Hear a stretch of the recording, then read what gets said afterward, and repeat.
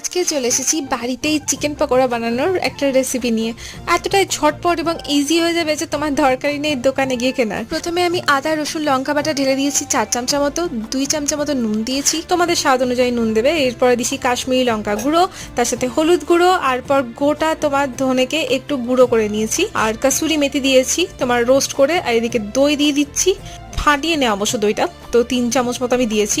এদিকে জোয়ান দিয়ে দিয়েছি, পুরোটা মাখিয়ে ম্যারিনেট করতে রেখে দিয়েছিলাম 1 ঘন্টা ম্যারিনেটের পর আমি এখন বেসন আর কর্নফ্লাওয়ার অ্যাড করেছি, আর এদিকে তোমার লেবু দিয়ে তারপর একটা একটা করে পকোড়া আমি এখন ভেজে নেবো। তো একটু তেলটা তোমার রয়েছে মিডিয়াম আছে, এরকম ভাবে গরম তেলে নাড়ানোর একটাই কারণ যাতে তলায় না লেগে যায়। তো চলো আমি এক এক করে ব্যাচ এখন ভেজে নেবো। আর একটা জিনিস, চিকেন পকোড়া তখনই মুচমুচে হবে যখন তুমি এটাকে ডাবল ফ্রাই করবে।